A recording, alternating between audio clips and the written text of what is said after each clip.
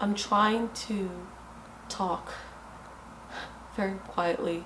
Hopefully you guys can hear me. My kids are sleeping. But anyways, thank you so much for stopping by. Hello, assalamu alaikum. Today's video is actually a follow-up of a previous video, which is this video that I've done. I'll link it down below if you're interested. And it is how to deal with those family members who just who have a hard time accepting you wearing the veil. But this video specifically focuses on those individuals who just, nothing that you say or do will make them accept the niqab, that they just cannot stand the niqab at all. I happen to have those individuals in my family as well, and I want to go ahead and share that, my personal experience, how I deal with them, and hopefully it helps you, inshallah. So yeah, so just a little recap of what happened when I first wore the niqab. I had various reactions from my family members. Some accepted it right away. They had no issues. Even though they didn't quite understand what the niqab was, or even though they were born Muslim, but they didn't understand the history behind the niqab and all that, but they respected my choice. They supported. They said, girl, if this makes you happy, do you. And alhamdulillah, thank you. I'm so thankful for them. And then there are those who were a bit hesitant. They did not want me to wear the niqab, like my mom, because she was afraid for my safety, because unfortunately here in the West, Muslims and Islam are not portrayed in the best light. They're not portrayed in the best way. So she was afraid that I will get some backlash or I'll get harmed, whenever I put on the niqab. So, but after a while she came around. Alhamdulillah, she was not against the niqab, and I actually did the video focusing on how I convinced her to be comfortable with me wearing the veil, and I'll link the video down below, inshallah. Then there are those family members of mine to this day, have something against the niqab. Like, they find it to be backward. They don't think it's part of Islam. They don't think it's part of the Somalian culture, which is not, but they think it's part of like a different culture, and they kind of give me a hard time, and so I just wanted to talk to you guys about what is it that I do to deal with them, inshallah. So how do I deal with them? The first thing is I try to change the subject every time. I must say this, let me pause here for a second.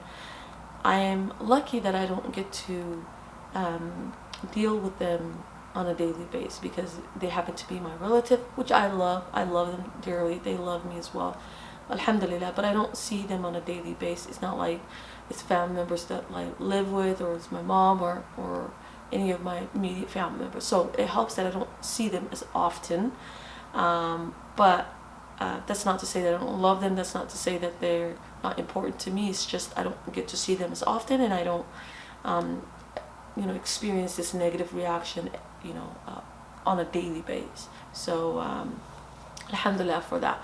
But anytime I visit them or anytime there's a gathering, I try, number one, the first thing I do is I try to get away from the subject, because there's no point in trying to get in conversation with them about the niqab, because I did try to explain to them. I did try to talk about the history behind the niqab and why it's part of Islam, or try to educate them about it, but they were not hearing it.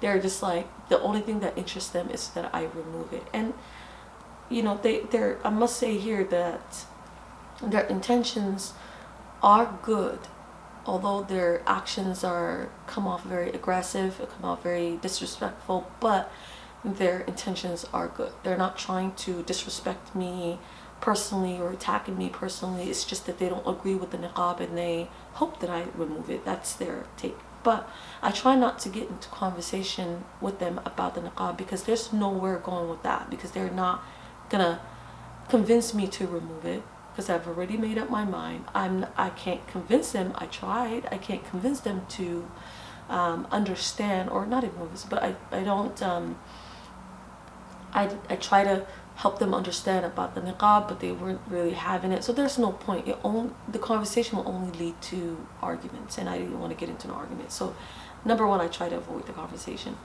And the next thing I do is, if that fails, sometimes if there are, we go to a gathering and it's only, let's say female, and there's no non-mahram around, I remove the niqab before entering the building, before entering their home, or just so that I can avoid some, negative conversation or negative reaction. So this is more of a rather short answer, but I hope it helped. I should have included, now that I think about it, I should have included with the other video, but then it would have been too long. Yeah, but this is more of a short answer, but this is what really helps me. If you have any other ideas, please comment down below. Other sisters will find it very helpful. Inshallah, I'll find it very helpful, hopefully. So let us know in the comment section, and let me know if this video really helped you. I make these videos to assist sisters who are going through what I went through, and if you have any other topics for me to talk about that might assist you guys, please let me know in the comment section.